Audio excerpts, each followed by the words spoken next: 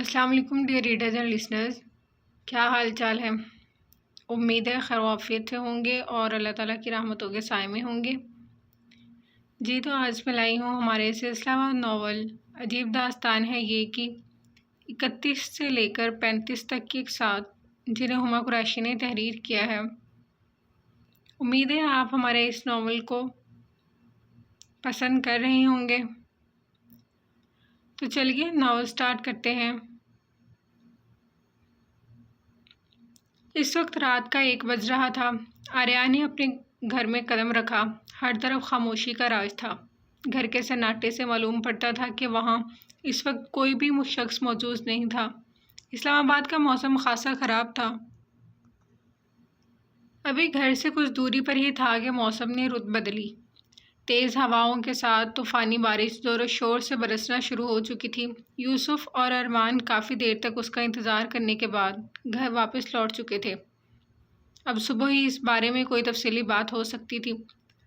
سارا دن مسلسل ڈرائیونگ کرنے سے جسم ٹوٹتا ہوا محسوس ہو رہا تھا۔ ایک گہری سانس بھر کر آریان کمرے میں داخل ہوتا کھڑکی کے پاس آیا تھا۔ لون میں چھم چھم دھواں دھار برستی بارش ماحول میں ارتعاش پیدا کر رہی تھی۔ بادلوں کی خوفناک گڑگڑاہٹ اور وقفے وقفے سے آسمان میں دراڑ ڈالتی کڑکتی بجلی سے باہر کا منظر الگ ہی خوفناک منظر پیش کر رہا تھا۔ آریہ نے گلاس ونڈو سلائڈرز بند کر کے پردے برابر کیے، ساتھ ہی کمرے میں ہوتی ٹھنڈ محسوس کر ہیٹر آن کر دیا۔ آج ماحول میں چھائی خنکی حد سے زیادہ تجاوز کرتی شدت کی ٹھنڈ میں تبدیل ہو چکی تھی۔ موبائل آن کیا تو زیغم کی 2 مس کالز شو ہو رہی تھی، جو وہ موسم کی خرابی میں ڈرائیونگ کے دوران نہیں لے سکا تھا۔ آریہ نے نمبر ڈائل کر فون کان سے لگایا تو دوسری جانب رابطہ ممکن نہیں تھا۔ شاید سگنل پرابلم تھا۔ آج کا دن خراب ہونے کے باعث بیزاری سے نفی میں سر ہلاتا فریش ہونے کی غرض سے واش روم کی جانب بڑھا۔ کہیں نہ کہیں تانیہ کی فکر بھی لاحق تھی۔ نہ جانے حویلی کی کیا صورتحال تھی۔ فی الحال سب کچھ آنے والے کل کے سپرد کر اس کا ارادہ لمبی تان کر ایک سکون بھری نیند لینے کا تھا۔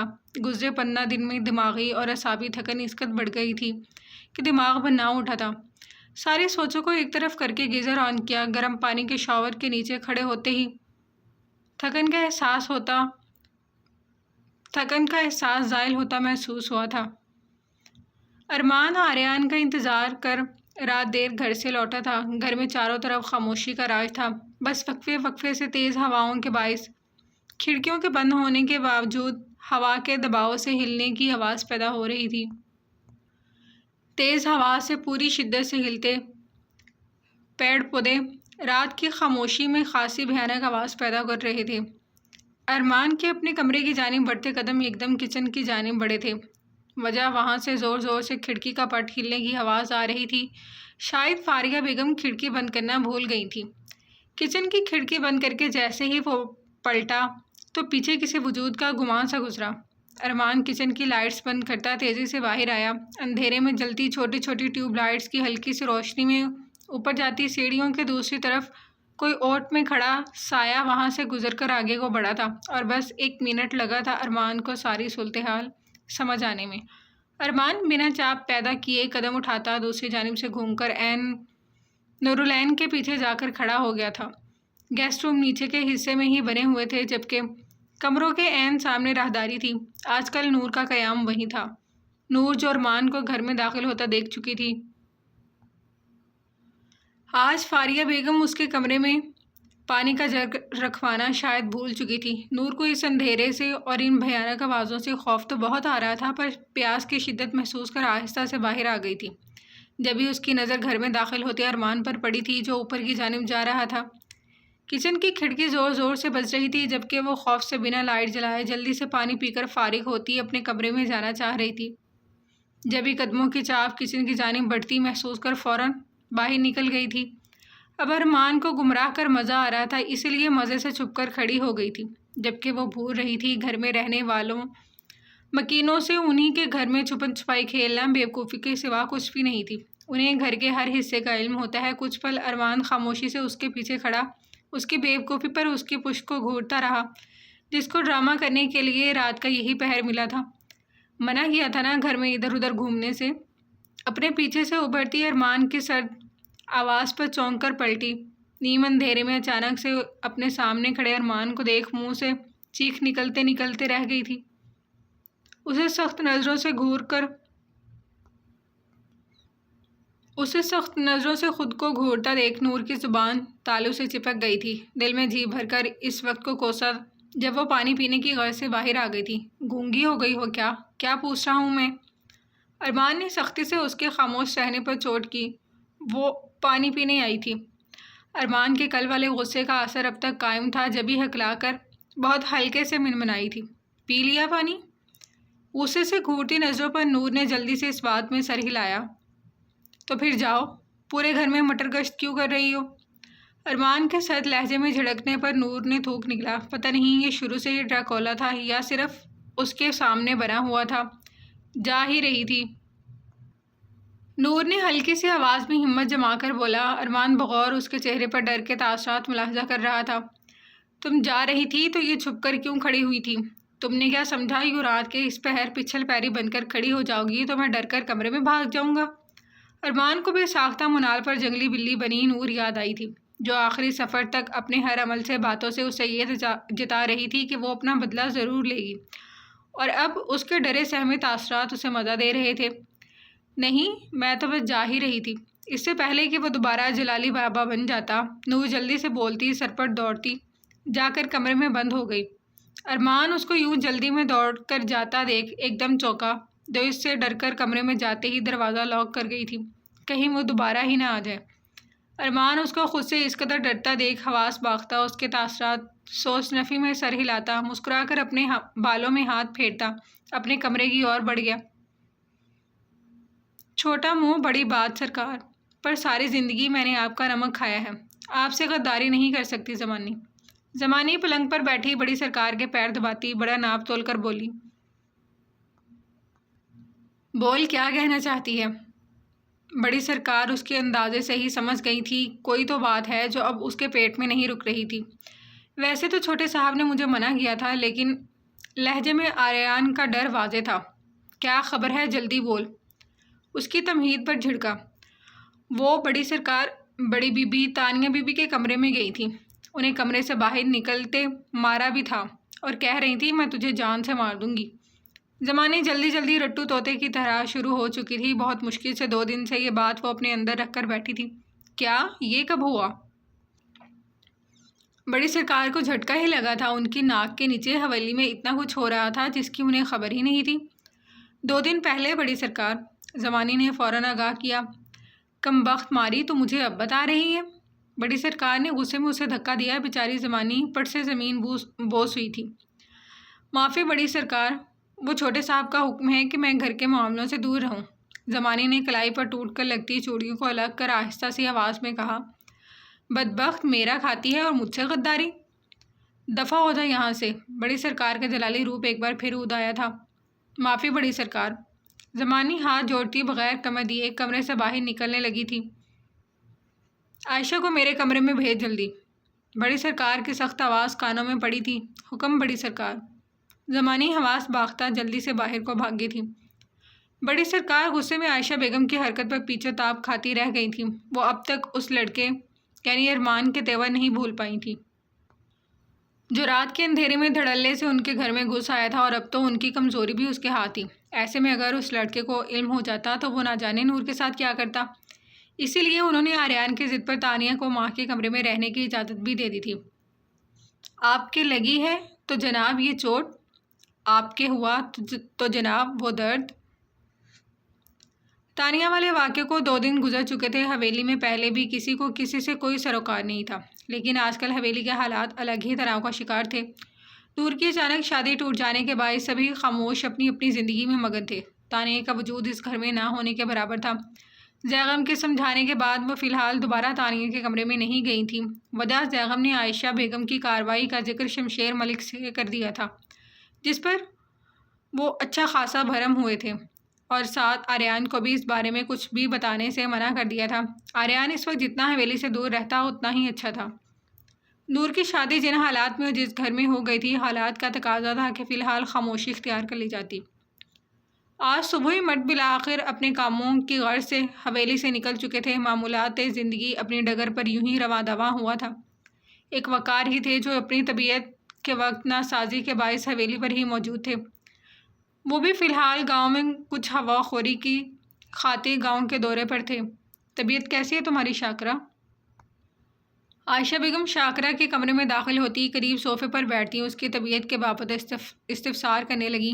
میں اب ٹھیک ہوں بھابھی، شاکرہ نے مسکرا کر کہا۔ چلو اچھا ہے، وقار نظر نہیں آ رہا؟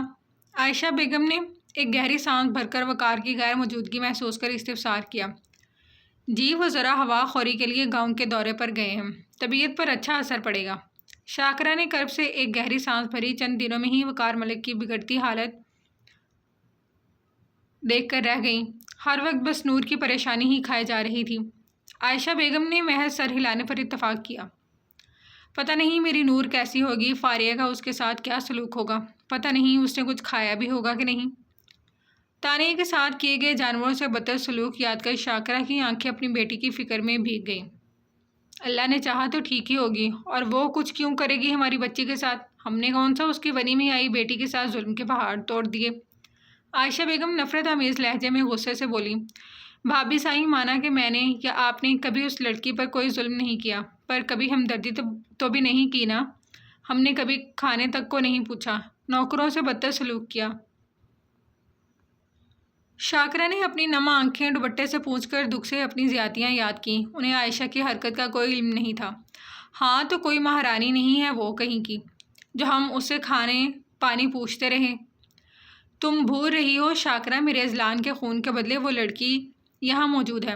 عائشہ غصے میں تڑاک کر تیز لہجے میں شاکرہ کو یاد کروانے لگیں، جبکہ شاکرہ فوری انہیں کوئی بھی جواب نہ دے سکی۔ عائشہ غصے میں تانیہ کو پتہ نہیں کیا کچھ برا بھلا کہہ رہی تھی، جبکہ شاکرہ اپنی بیٹی کے غم میں انہیں کچھ نہ کہہ سکی۔ انہوں نے تانیہ کے ساتھ اس حویلی میں ہوئی ساری زیادتیاں یاد آ رہی تھیں۔ اگر یہی سب کچھ فاریہ نے نور کے ساتھ کیا، یہی سوچ ان کا درد مزید بڑھا رہی تھی، جبھی دروازے پر کسی نے دستک دی۔ دخل اندازی کے لیے معذرت بی بی سرکار، وہ بڑی بی بی کو بڑی سرکار نے یاد کیا ہے اور فوری آپ کو کمرے میں آنے کا حکم بھی دیا ہے۔ کمرے میں داخل ہوتی زمانے نے سر جھکا کر اطلاع دی تھی۔ مجھے بلایا ہے؟ پر کیوں؟ عائشہ نے اچنبھے سے پوچھا۔ بڑی سرکار کو ان سے کیا کام آ گیا تھا بھلا؟ معلوم نہیں بی بی سرکار، مجھے تو بس آپ کو بلانے کا حکم دیا تھا۔ زمانے نے لا علمی کا اظہار کرتے ان کے علم میں اضافہ کیا۔ تم چلو میں آتی ہوں۔ عائشہ کے حکم پر زمانی فوری سر ہلا کر کمرے سے باہر نکل گئی۔ بڑی سرکار نے کیسے یاد کر لیا آپ کو؟ وہ تو اپنے سارے کام اور فیصلے خود کرنے کی عادی ہیں۔ شاکرہ نے طنزیہ مسکراہٹ لیے پوچھا۔ پتہ نہیں، یہ تو جا کر ہی پتہ لگے گا، تم آرام کرو، میں دیکھتی ہوں۔ عائشہ ان کے لہجے کا طنز نظر انداز کرتی کمرے سے باہر نکل گئیں، جبکہ پیچھے بیٹھی شاکرہ سر جھٹک کر رہ گئی۔ اب بس ان کو ایک ہی غم تھا کہ ان حویلی والوں کا کیا کہیں ان کی بیٹی نہ بھگت رہی ہو۔ اے ابن آدم، تم بھی کیا دوہرا معیار رکھتے ہو؟ دیکھتے ہو سب نگاہوں کو گناہ گار کرتے ہو، بولتے بھی ہو ظلم پر لبسی کر خود کو لاچار کرتے ہو، ہاتھوں کا مار تو پھر بھول جاتے ہیں، لفظوں کے زخموں سے تم مدتوں تک گھائل کرتے ہو۔ آریان اور ارمان اس وقت یوسف کے گھر پر موجود لان میں ٹھنڈی ہوا میں چائے سے لطف اندوز ہو رہے تھے، جبکہ یوسف کچھ دیر قبل ہی کوئی اہم کال سننے کی غرض سے اٹھ کر گیا تھا۔ تو تم نے بتایا نہیں اس رات حویلی کیا کرنے آئے تھے تم؟ آریان نے ارمان کو خود سے بے نیازی برتتے دیکھ سنجیدگی سے سوال کیا، جو 2 دن سے اس کا سوال گول کیے جا رہا تھا۔ تمہاری بہن کی شادی ختم کروانے؟ ارمان نے اس کو جلانے کی خاطر مدد سے کہا۔ آخر حویلی میں پڑی مار کا حساب بھی تو پورا کرنا تھا۔ تو پھر کیا ہوا؟ شادی ختم کروا دی؟ آریان کی سنجیدگی ہنوز برقرار تھی۔ ہاں، یک لفظی جواب حاضر تھا۔ اچھا تو پھر کیا ہوا شادی ختم کروا کر؟ آریان اس کے بگڑے تیور بہت اچھے سے سمجھ رہا تھا۔ اس کا ایک بیوقوف بھائی تھا جس نے اپنی بہن کا بوجھ اپنے کندھوں پر آنے سے پہلے میرے سر ڈال دیا۔ ارمان نے جل کر اپنے دل کی بھڑاس نکالی۔ اچھا، یہ تو بہت اچھا ہوا۔ شادی ختم کروانے کا شوق تھا تو اب ذرا شادی کا شوق بھی پورا کرو۔ آریان نے اس کی باتوں کو نظر انداز کیے سنجیدگی سے کہتے ٹھنڈی ہوتی چائے کا کپ اپنے لبوں سے لگایا۔ شادی کا شوق نہیں، زبردستی کا شوق۔ ارمان نے جل کر تصحیح کرنا ضروری سمجھا۔ ایک ہی بات ہے۔ لڑکی کی شادی ختم کروائی تو تمہیں اس سے شادی کا شوق تو ہوگا نا؟ تمہیں تو اس کے بھائی کا احسان مند ہونا چاہیے کہ اس نے تمہارے شوق کا خیال رکھا۔ آریان نے اپنی طرف سے اسے جلانے میں کوئی کسر نہیں چھوڑی تھی، جبکہ آریان جو ہو گیا سو ہو گیا کہ معاملہ فہمی کے تحت خاموش تھا۔ شوق۔ ارمان نے اسے غصے سے گھور کر سر جھٹکا۔ آریان جھک کر خالی کپ سامنے پڑی زمین پر رکھا، میز پر رکھا، ہاتھوں کو باہم آپس میں ملا کر اب وہ سنجیدگی سے ارمان کے چہرے کے تاثرات دیکھ رہا تھا، جو خاص اچھے نہیں تھے۔ آریان تمام باتیں نظر انداز کر مدعے پر آیا تھا۔ تم نے یہ قدم جس وجہ سے بھی اٹھایا تھا اب یہ بات اہمیت نہیں رکھتی، لیکن تمہارے اس قدم کے جو نتائج سامنے آئے ہیں وہ اہمیت رکھتے ہیں۔ تمہاری کیا سوچ ہے مجھے اس سے کوئی غرض نہیں، لیکن ایک بات اپنے ذہن نشین کر لو، نور کو کوئی تکلیف نہیں ہونی چاہیے۔ آریان کو اس کا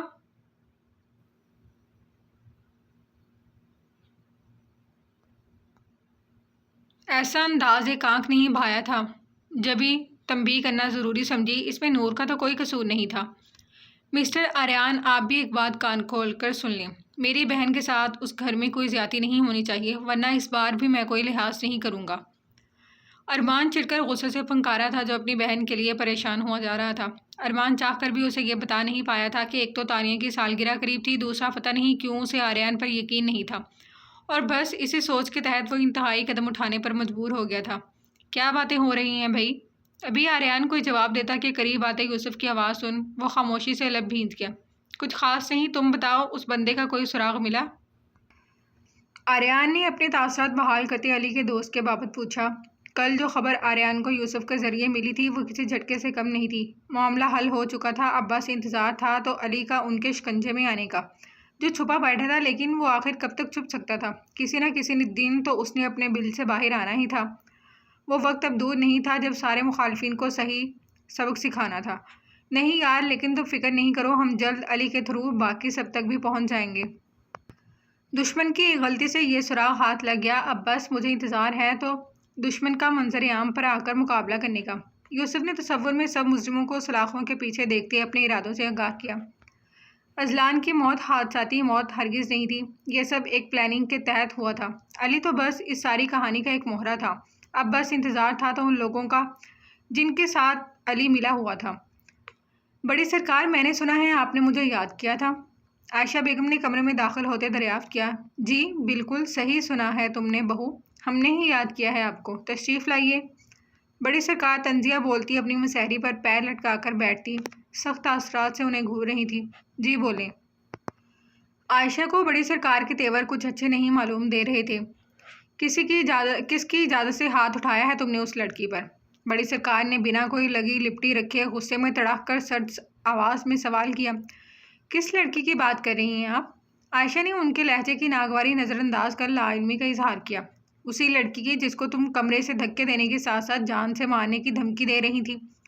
ان کے انجانے پن پر بڑی سرکار نرمی ایک طرف کر تیز لہجے میں گویا ہوئی۔ وہ منحوس اسی قابل ہے۔ ناگوار لہجے میں بولتی غصے سے پھنکاری۔ تم سے کس نے پوچھا کہ وہ کس قابل ہے؟ بڑی سرکار کے لہجے پر انہیں یکدم سبکی کا احساس ہوا تھا۔ بڑی سرکار، آپ نے دیکھا نہیں کیسے وہ 2 ٹکے کی لڑکی میری بیٹی کے کمرے میں رہ کر اس گھر کی بیٹیوں کی برابری کرنا چاہ رہی ہے؟ عائشہ بیگم نفرت بھرے لہجے میں تنفر سے گویا ہوئی۔ وہ کیا کرنا چاہ رہی ہے کیا نہیں، تم ہوتی کون ہو میرے فیصلوں کی نفی کرنے والی؟ بڑی سرکار ان کے گستاخ لہجے پر ایک سیکنڈ میں ان کی عزت 2 کوڑی کی کر گئی تھی۔ میرے بیٹے کا خون ہوا تھا، اس کے خون کے عوض اس حویلی میں موجود ہے وہ منحوس، اور آپ کہہ رہی ہیں میں ہوتی کون ہوں سوال کرنے والی؟ واہ بڑی سرکار واہ۔ عائشہ بیگم ان کا غصہ نظر انداز کر زندگی میں پہلی بار ہمت جٹا کر ان کے آگے بولنے کی کوشش کرتی سوال کر رہی تھیں، جبکہ انداز مذاق اڑانے جیسا تھا۔ اپنی آواز نیچی رکھو بہو، تمہارا بیٹا پہلے ہمارا پوتا تھا، سمجھی؟ بڑی سرکار اپنے جلالی روپ میں انہیں غصے سے جھڑک گئیں، جن کے نزدیک عمر اور رتبے کا کوئی لحاظ ہی نہیں رہا تھا۔ آپ کا پوتا ہوتا یا آپ کو اس کے اس دنیا سے جانے کی ذرا بھی تکلیف ہوتی تو اس 2 ٹکے کی لڑکی کو اس گھر میں رہنے کی اجازت نہ دیتی، اس کو اس کی اوقات پر رکھتی، لیکن نہیں، آپ نے ایسا نہیں کیا، بلکہ آپ کے اندر تو اس منحوس کو دیکھ سالوں پرانی کھوئی بیٹی کی محبت جاگ گئی۔ عائشہ بیگم غصے میں ان سے زیادہ تیز لہجے میں بولتی انہیں حقیقت کا آئینہ دکھا گئیں، جو وہ چاہ کر بھی نہیں دیکھنا چاہتی تھی۔ بڑی سرکار تو ان کی ہمت اور لفظوں پر دنگ رہ گئی تھی۔ سامنے کھڑی عورت ان کی وہی بہو تھی جس نے کبھی آج تک ان کے سامنے اف تک نہیں کیا تھا۔ اپنی آواز نیچے رکھو، مت بھولو کس سے بات کری ہو۔ بڑی سرکار ہوں میں، دور دور تک گاؤں میں میرا راج ہے۔ اتنا اونچا بولنے کے باعث ان کی ضعیف سی کڑکدار آواز لرزنے لگی تھی۔ بڑی سرکار، بڑی سرکار، کہاں کی بڑی سرکار ہیں آپ؟ اپنی سگی بیٹی تک کے لیے تو آپ کچھ کر نہیں پائی اور بات کر رہی ہیں راج کرنے کی۔ میں بتا رہی ہوں آپ کو، میرے بیٹے کا خون اتنا سستا نہیں تھا کہ میں اس منحوس لڑکی کو اس گھر میں جگہ دوں یا اپنے سامنے گھومتا پھرتا دیکھتی رہوں۔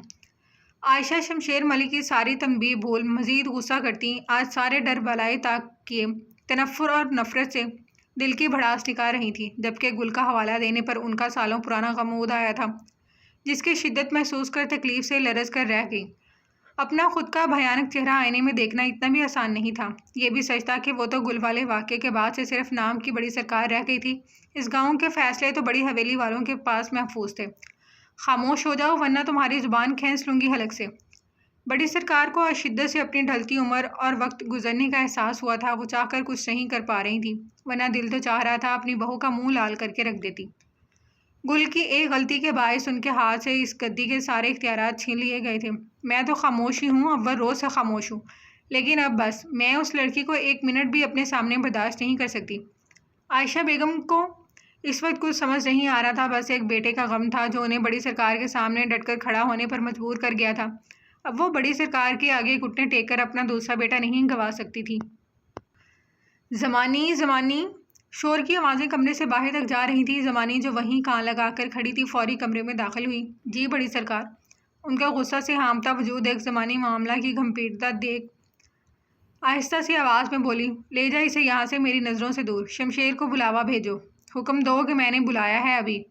ان کا غصہ کسی صورت کم نہیں ہو رہا تھا۔ غصے سے بھری عائشہ زمانی کو اپنی طرف بڑھتا دیکھ ایک گھوری سے نوازتی تیز قدموں سے کمرے سے نکل گئی تھی، جبکہ زمانی ان کی گھوری پر الٹے قدم لیتی بڑی سرکار کی جانب بڑھی، جو پورے وجود سے کپ کپاتی حیرت کی زیادتی سے گنگ رہ گئی تھی۔ بے شک ہر عروج کو زوال لازمی ہے، اب بڑی سرکار کے زوال کا وقت شروع ہونے کو تھا، وہ بھی ان کے ہاتھوں جو کبھی ان کے ہاتھوں کی کٹ پتلی ہوا کرتے تھے۔ وقت سدا جیسا نہیں رہتا اور نہ ہی حالات سے سمجھوتا کرنے والے لوگ۔ بھابھی بات سنیں۔ ماں ہڑبڑا کر تانیہ کے نزدیک آئی تھی۔ کیا ہوا، اتنی پریشان کیوں ہو؟ تانیہ نے بغور اس کا بخلانا نوٹ کیا تھا۔ آپ پلیز ابھی واش روم میں چلی جائیں۔ ماں نے فوری اپنے تاثرات پر قابو کر اس کی منت کی۔ Wash room? مگر کیوں؟ تانیہ نے چھمبے سے سوال کیا۔ بس اب پلیز میری بات مان لیں ابھی۔ ماں نے جلدی جلدی بولتے عملی انداز میں اس کو ہاتھ پکڑ کر کھڑا کیا۔ تانیہ تو اس کی کارروائی پر حیران ہی رہ گئی تھی۔ ارے ہوا کیا بھائی، بتاؤ تو صحیح مجھے، آخر واش روم میں کیوں جاؤں؟ تانیہ نے کھڑے ہو کر اس کے ہاتھ پکڑ کر سختی سے پوچھا، جو اسے واش روم کی جانب دھکیل رہی تھی۔ پہلی بار آپ سے ایک گزارش ہے، مان جائیں پلیز، اور ہاں جب تک میں نہ کہوں باہر نہیں آئیے گا۔ ماں دروازے کی جانب دیکھتی بے چارگی سے گویا ہوئی۔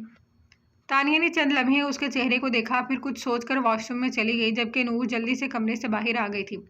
ماں نور، وہ لڑکی کہاں ہے؟ عائشہ تیزی سے اپنی جانب آتی ماں کو دیکھ غصے میں تانیہ کی بابت استفسار کرنے لگی۔ وہ تو ماں سرکار، وہ تو صبح اپنے کمرے میں گئی تھیں، جب سے واپس نہیں آئیں، شاید ابھی وہیں ہیں۔ ماں عائشہ کو برہم ہوتا دیکھ جلدی سے بہانہ گھڑا۔ صبح سے گئی ہوئی ہے، ابھی دماغ درست کرتی ہوں مہارانی کا، اپنے باپ کی حویلی سمجھ کر گھوم رہی ہے۔ عائشہ بیگم غصے سے تنفن کرتی صدر دروازے کی جانب بڑھی۔ ماں اپنی ماں کو جاتا دیکھ ایک اطمینان بھری سانس پھنسا کر سپرد کرتی اپنے کمرے کی جانب بڑھی۔ ماں کمرے میں داخل ہوئی تو تانیہ کو اندر سے دروازہ بجاتا ہوا پایا، جو وہ احتیاطاً باہر سے بند کر گئی تھی۔ ماں نے آگے بڑھ کر دروازہ کھولا تو تانیہ باہر آتی حیرانی سے اسے دیکھنے لگی، جو نہ جانے کیا کہنا چاہ رہی تھی۔ اب بتاؤ کیوں بند کیا تھا تم نے مجھے؟ تانیہ نے کڑے تیوروں سے استفسار کیا۔ وہ اماں سائیں بہت غصے میں اس طرف آ رہی تھی، میں نہیں چاہتی تھی کہ آپ ان کے سامنے آؤ، اور آج تو کوئی بھی گھر نہیں ہے، اگر اس دن کی طرح ماں سائیں کچھ کرتی تو پھر میں کیا کرتی؟ ماں نے بے چارگی سے بتاتے معصوم سی شکل بنا کر اطلاع دی۔ کیا تم نے اس لیے مجھے واش روم میں بند کیا تھا؟ ماں کے بتاتے ہی تانیہ کا منہ حیرت کی زیادتی سے کھل گیا تھا۔ جی اسی لیے۔ ماں اسے خود کو گھورتا دیکھ ہلکے سے منمنائی۔ تمہارا دماغ تو نہیں خراب ہو گیا؟ تانیہ نے برہمی سے اسے ڈپٹا۔ آپ یہ چھوڑیں، میں بھائی کا نمبر ملا کر دے رہی ہوں، ان سے بات کر لیں، وہ آپ سے کچھ پوچھنا چاہتے ہیں۔ ماں نے اس کا غصہ نظر انداز کر آریان کی کچھ دیر پہلے آئی کال کے یاد آنے پر اس کے ہاتھوں میں موبائل تھمایا تھا۔ مجھ سے کیا بات کرنی ہے؟ تانیہ نے موبائل پر شو ہوتے نمبر کو دیکھ حیرانی سے سوال کیا۔ اب یہ تو وہی بتا سکتے ہیں، آپ بات کریں جب تک میں اماں سائن کا غصہ ٹھنڈا کرنے کی کوشش کرتی ہوں۔ حویلی میں ہونے والی کارروائیوں سے بیچاری ماں گھبرا کر رہ گئی تھی۔ تانیہ کا ہاتھ تھپتھپا کر ماں کمرے سے باہر نکل گئی۔ ابھی تانیہ نمبر ڈائل کرنے ہی لگی تھی کہ دوسری جانب سے آریان کی کال آنے لگی، جسے اس نے جلدی سے ریسیو کر لیا۔ ہیلو؟ ارمان اور شعیب صاحب کے دفتر پر روانگی کے بعد فاریہ بہت کچھ سوچ سمجھ کر نور کے کمرے میں داخل ہوئی۔ نور پچھلے ہفتے سے اس گھر میں رہائش پذیر تھی، لیکن فاریہ ایک دو بار ہی اس کی خیریت دریافت کرنے اس طرف آئی تھی۔ نورالعین، کیسی ہو بیٹا آپ؟ فاریہ نے بیڈ پر اس کے نزدیک ہی بیٹھ کر خوشگوار لہجے میں پوچھا۔ میں ٹھیک ہوں پھپھو، آپ کیسی ہیں؟ نور کو ان کے نرم لہجے پر خوشگوار حیرت ہوئی تھی۔ میں بالکل ٹھیک ہوں، آپ کو کس نے بتایا کہ میں آپ کی پھپھو ہوں؟ فاریہ نے اپنے سامنے بیٹھی خوبصورت سی منموہنی سی صورت والی لڑکی کو دیکھ اشتیاق سے پوچھا۔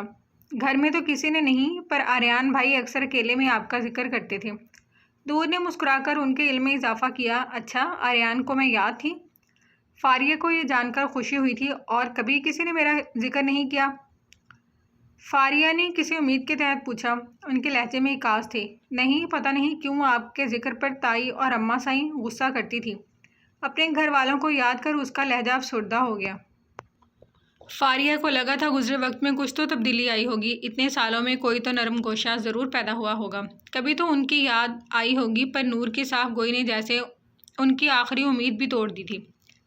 آپ ہمارے گھر کیوں نہیں آتی؟ سب گھر والے آپ سے اتنے خفا کیوں ہیں؟ دماغ میں کلبلاتا سوال بالآخر نور کی زبان پر آ ہی گیا تھا۔ تمہیں نہیں معلوم؟ نور کی لا علمی کے اظہار پر فاریہ نے چونک کر پوچھا۔ نہیں، ہمیں تو گھر کے فیصلوں میں نہ تو بولنے کی اجازت ہے اور نہ ہی دخل اندازی کرنے کی، ہمیں تو بس حکم دیا جاتا ہے۔ نور نے منہ لٹکا کر اپنی حیثیت سے آگاہ کیا۔ پلوں کے نیچے سے اتنا پانی بہہ گیا، دنیا بدل گئی، مگر نہیں بدلے تو ریاض ملک کی حویلی کے لوگ، جن کی سوچ آج بھی اتنی ہی پستی میں ڈوبی ہوئی ہے جتنی کہ آج سے کئی سال پہلے تھی۔ فاریہ نے دکھ سے گزرے وقت کو یاد کر حویلی والوں کے برتاؤ پر افسوس کیا، جو آج بھی اپنی 1.5 اینٹ کی مسجد بنائے بیٹھے ہیں۔ خیر چھوڑو یہ سب، جب تمہارے گھر والوں نے ہی تمہیں نہیں بتایا، حقیقت سے دور رکھا ہوا ہے، تو اب جان کر کیا کرو گی؟ انہوں نے سر جھٹک کر افسردگی سے کہتے ہوئے اسے اس موضوع سے ہٹانا چاہا۔ انہیں اندازہ ہو گیا تھا کہ وہ یقیناً گل کے بارے میں بھی کچھ نہیں جانتی ہوگی، جبکہ نور ان سے کوئی بحث کرنے کی بجائے خاموش ہی ہو گئی۔ نور نے دل ہی دل میں خدا کا شکر کیا تھا کہ یہاں کسی کا بھی رویہ اس کے ساتھ اتنا تلخ نہیں تھا جتنا کہ ان کا تانیہ کے ساتھ تھا۔ فاریہ اپنے فارغ وقت کا فائدہ اٹھاتی اس سے تانیہ کی خیریت بابت استفسار کرنے لگیں، جس پر نور نے شرمندگی سے سر جھکا کر اس کی خیریت کی اطلاع دی۔ فاریہ نور کی زبانی اتنے ماہ بعد اپنی بیٹی کی خیریت جان کر مطمئن سی ہوتی اس کے ساتھ باتوں میں مصروف ہو گئیں۔ ہیلو ماہنور؟ دوسری جانب سے آریان کی گمبھیر مردانہ آواز ابھری تھی۔ تانیہ بات کر رہی ہوں، اس نے آہستہ آواز میں اس کی تصحیح کی۔ اوہ سوری، میں سمجھا ماں ہے۔ اپنے آفس میں بیٹھا آریان کسی فائل کی نظر ثانی کرتا دوسری جانب سے ابھرتی آواز سن کر ٹھٹک کر متوجہ ہوا۔ جی بالکل صحیح سمجھا آپ نے، یہ اسی کا فون ہے، کچھ دیر پہلے ہی وہ مجھے دے کر باہر گئی ہے۔ تانیہ اس کے معذرت خواہ لہجے پر اس کے علم میں اضافہ کرتی قدم قدم چلتی کھڑکی کی جانب آ کر کھڑی ہو گئی تھی۔ ہاں میں نے ہی بولا تھا، ایکچولی مجھے کچھ بات کرنی تھی تم سے۔ آریان نے پریشانی سے ماتھا مسلا تھا۔ تانیہ کو اس کے لہجے میں پریشانی صاف محسوس ہوئی تھی۔ جی کہیں، میں سن رہی ہوں۔ کھڑکی کے پار دور تک پھیلی حویلی پر نظر دوڑا کر تانیہ نے اسے بولنے کی اجازت دی۔ تم ٹھیک ہو؟ میرا مطلب ہے میرے آنے کے بعد کوئی مسئلہ تو نہیں ہوا؟ آریان نے تجسس بھرے لہجے میں جیسے کچھ جاننا چاہا تھا۔ جی میں بالکل ٹھیک ہوں، کچھ نہیں ہوا، یہاں اب تک سب بہتر ہے۔ تانیہ نے اس کے لہجے کی بے چینی محسوس کر بتانا چاہا کہ اس کے جانے کے بعد اس کی ماں نے اس کا کیا حال کیا تھا، لیکن ماہنور کی منت یاد آتے ہی وہ کچھ بتانے کا ارادہ ترک کرتی نارمل سے لہجے میں بولی۔ چلو شکریہ، یہ تو اچھی بات ہے۔ آریان نے ایک تھکن بھری سانس خارج کر سکون کی آہ بھری۔ وہ سب گھر والوں سے وقتاً فوقتاً حویلی کی خبر لیتا رہتا تھا۔ اسے بڑی سرکار کی جانب سے اتنی خاموشی کی توقع ہرگز نہیں تھی۔ تانیہ کی بشاش آواز سن اطمینان سا آ گیا تھا۔ خیر مجھے تم سے کچھ ضروری بات کرنی تھی۔ جس دن اذلان نے تمہیں اغوا کیا تھا، کیا اس دن کوئی اور بھی اس گاڑی میں موجود تھا؟ آریان کے سوال پر تانیہ چونک کر سیدھی ہوئی۔ نہیں تو صرف وہی تھا اور اس کا وہ دوست، اور تو کوئی تیسرا نہیں تھا۔ تانیہ نے صحیح سے سوچ کر جواب دیا۔ صحیح سے سوچ کر بتاؤ، اس دن یا پھر جس دن اذلان پر گولی چلی تھی اس دن؟ آریان نے ذرا جھنجھلا کر کہا۔ نہیں، کوئی بھی نہیں تھا۔ ہاں، یاد آیا جس دن ازلان پر گولی چلی تھی۔ ان کے علاوہ ان کے ہمراہ ایک الگ گاڑی میں 2 سے 3 گارڈز بھی موجود تھے۔ تانیہ نے بہت سوچ بچار کے بعد یکدم دماغ میں دھماکہ ہونے کے باعث یاد کر کے کہا، کیا؟ کون سے گارڈز؟ تانیہ کے اس انکشاف پر آریان کو جھٹکا لگا تھا، کیونکہ کشمیر جاتے وقت ازلان حویلی کے کسی بھی گارڈ کو اپنے ہمراہ لینے سے انکار کر چکا تھا، تو وہاں کون سے گارڈز آ گئے تھے؟ مجھے کیا معلوم کون سے گارڈز؟ ویسے ہوا کیا ہے؟ آپ یہ سب کیوں پوچھ رہے ہیں؟ تانیہ نے بیزاری سے لا علمی کا اظہار کرتے تفتیشی انداز میں دریافت کیا۔ اچھا، تم فون رکھو، میں تم سے بعد میں بات کرتا ہوں۔ اپنا خیال رکھنا، اور ہاں، کمرے سے باہر مت نکلنا۔ جو کچھ بھی چاہیے ہو ماں کو بولنا، وہ فراہم کر دے گی۔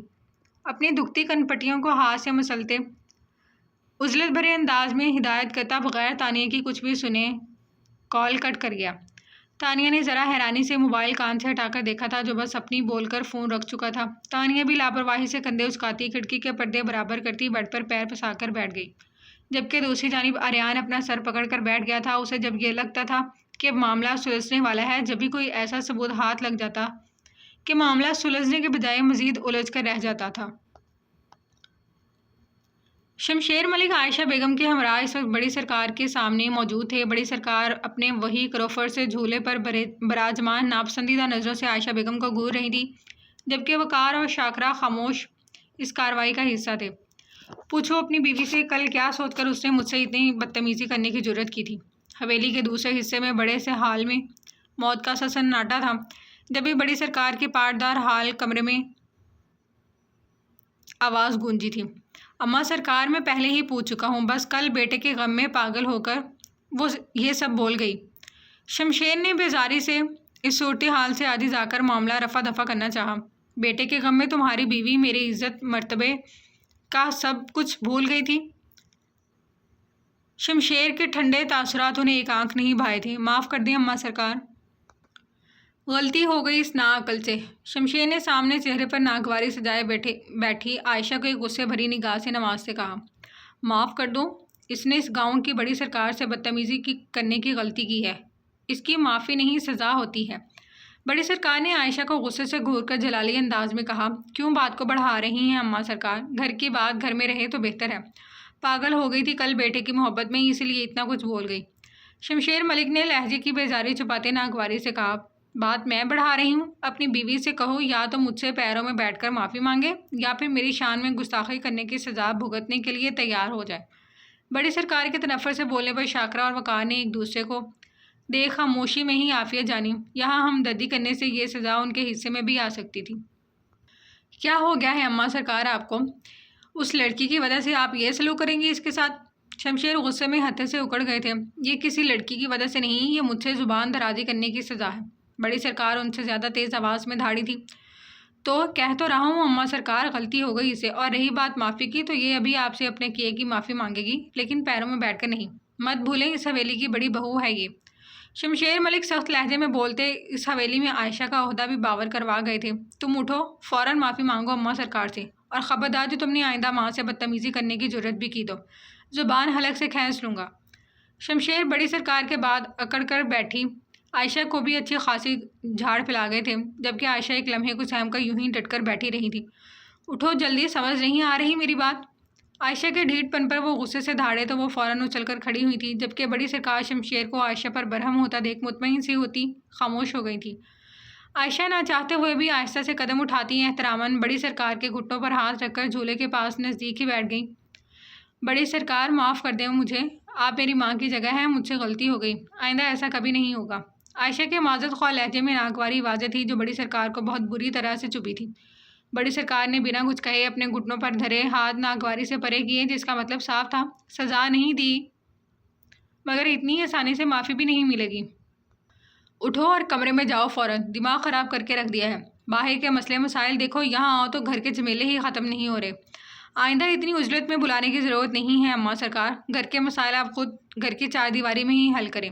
شمشیر ملک شانوں پر پڑی چادر کو دوسری سمت ڈالتے غصے میں پھنکارے۔ بڑی سرکار کا پیغام ملتے ہی کل فوری حویلی پہنچے تھے، اور یہاں آ کر پتہ چلا کہ یہاں تو الگ ہی پنچایت لگی ہوئی تھی۔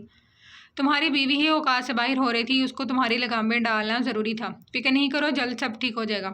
بڑی سرکار نے اطمینان سے جھولے سے پشت ٹکا کر آرام سے کہا، وقار تم چل رہے ہو شہر یا ابھی حویلی میں آرام ہی کرو گے؟ بڑی سرکار کو نظر انداز کر شمشیر ملک سیدھا وقار سے مخاطب ہوئے تھے۔ نہیں، میں زیغم کے ساتھ 1-2 دن میں آ جاؤں گا، کوئی مسئلہ تو نہیں؟ ہاں سب ٹھیک ہے، چلو تم آرام سے آ جانا، میں نکلتا ہوں، کچھ ضروری میٹنگز ہیں میری۔ شمشیر ملک انہیں پارٹی میٹنگز کے بابت آگاہی دیتے اپنے کمرے کی جانب بڑھے۔ کمرے میں داخل ہوئے تو سامنے ہی عائشہ کو کمرے میں غصے میں ادھر سے ادھر مارچ کرتا ہوا پایا۔ کیوں تھک رہی ہو؟ بیٹھ جاؤ آرام سے۔ اپنے ضروری کاغذ الماری سے نکالتے شمشیر نے انہیں غصے میں ٹہلتا دیکھ کہا۔ اتنی بے عزتی کے بعد بھی آرام سے بیٹھ جاؤں؟ عائشہ کا غصہ ہنوز قائم تھا۔ ہاں تو اب میں کیا؟ تمہاری خاطر اماں سرکار سے لڑنے بیٹھ جاتا، اور جب تمہیں منع کیا تھا کہ ابھی اپنا منہ بند رکھو تو کیوں اتنی بکواس کی تم نے؟ شمشیر نے غصے سے گھور کر جھاڑا۔ وہ اپنی ماں کو اچھے سے جانتے تھے، جب تک وہ عائشہ کو نہ جھڑکتے انہوں نے یوں ہی عدالت سجا کر بیٹھے رہنا تھا۔ میرا بچہ بھی چلا گیا اور میں ہی خاموش ہو جاؤں؟ عائشہ ناگواری سے بڑبڑاتی ان کے بگڑے تیور دیکھ خاموش ہو گئیں۔ کچھ دن صبر کر لو، ذرا معاملہ ٹھنڈا ہونے دو، پھر میں خود سب کو دیکھ لوں گا۔ وہ میرا بیٹا تھا شمشیر ملک کا، اتنی آسانی سے نہیں چھوڑوں گا۔ شمشیر کے لہجے میں انتہائی نفرت کے ساتھ غرور بول رہا تھا۔ آریان کہاں غائب ہے؟ شمشیر ملک کا غصہ بڑھتا دیکھ عائشہ نے موضوع تبدیل کیا۔ وہی ہے بدبخت، شہر میں اپنے اسی بزنس میں گم ہے۔ بیٹے کے ذکر پر شمشیر کا غصہ ایک بار پھر اود آیا، جو کسی صورت سیاست میں دلچسپی لینے کو تیار نہیں تھا۔ میں سوچ رہی تھی میں آریان کے لیے کوئی لڑکی دیکھتی ہوں۔ ماہنور کی شادی کے ساتھ اب آریان کی بھی شادی کر دینی چاہیے، اس کی بھی عمر ہو گئی ہے۔ وہ اس حویلی کا سب سے بڑا پوتا ہے۔ اماں سرکار تو شاید میرے بیٹے کو اپنی بیٹی کی اس منحوس بیٹی کے پلے باندھنا چاہ رہی ہیں۔ عائشہ نے اپنے ذہن میں کئی دنوں سے چلتی سوچ کا اظہار کرتے نخوت سے کہا۔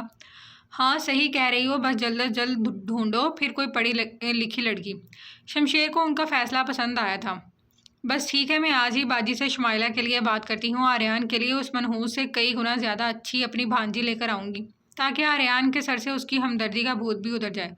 عائشہ کے ذہن میں فوراً اپنی بہن کی بیٹی کا خیال آیا تھا، جسے وہ اپنی اب عملی جامہ پہنانے کی متمنی تھی۔ ہاں جو بھی کرنا ہے بس جلدی کرو، اب میں مزید کسی قسم کا کوئی بھی جھگڑا نہیں مانگتا اس حویلی میں۔ خیر میں جا رہا ہوں، 1-2 دن میں واپسی ہوگی، پھر تفصیل سے بات کریں گے اس موضوع پر بھی۔ شمشیر ملک اجرت میں بولتے اپنی فائل اٹھاتے لمبے لمبے ڈگ بھرتے کمرے سے باہر نکل گئے، جبکہ عائشہ اپنے آگے کی لائحہ عمل کی منصوبہ بندی کرنے میں مصروف ہو گئی تھی۔ انہیں اب بس کسی بھی طرح سے تانیہ نام کا کانٹا آریان کی زندگی سے باہر نکالنا تھا، جو کسی جونگ کی طرح چمٹ کر رہ گئی تھی۔ وہ ایک ونی تھی، اس سے زیادہ کچھ نہیں۔ اس کو اس کی اوقات میں کیسے رکھنا ہے وہ بہت اچھے سے سوچ چکی تھی۔ پہلے ہی انہیں تانیہ کو لے کر بہت سے خدشے لاحق ہو گئے تھے، اس سے پہلے کہ وہ سارے خدشات حقیقت کا روپ دھار کر ان کے سامنے آ کر کھڑے ہو جاتے، ان کا کوئی نہ کوئی انتظام کرنا ضروری تھا۔ اس وقت شام کے 7 بج رہے تھے۔ تانیہ اور ماں اس وقت دونوں ہی اپنے کمرے میں موجود تھیں۔ ماں موبائل میں مصروف تھی، جبکہ تانیہ اپنا ٹائم پاس کرنے کی خاطر کتابوں کا مطالعہ کرنے میں مصروف تھی، جن میں کئی تو ماہ کی کورس سے ریلیٹڈ بکس تھیں یا زیادہ تر اردو اور انگلش ناولز تھے۔ ماہنور بات سنو۔ تانیہ کچھ سوچ کر کتاب بند کرتی اس کے پاس آئی، پاس بیٹھ کر مسکرا کر مخاطب کیا۔ جی بھابھی بولیں۔ ماں نے سوالیہ انداز میں دیکھتے ہی اجازت دی۔ یہ رات کو کتے بھونکنے کی آوازیں کہاں سے آتی ہیں؟ کیا یہاں حویلی کا پہرا دینے کے لیے کتے پالے ہوئے ہیں؟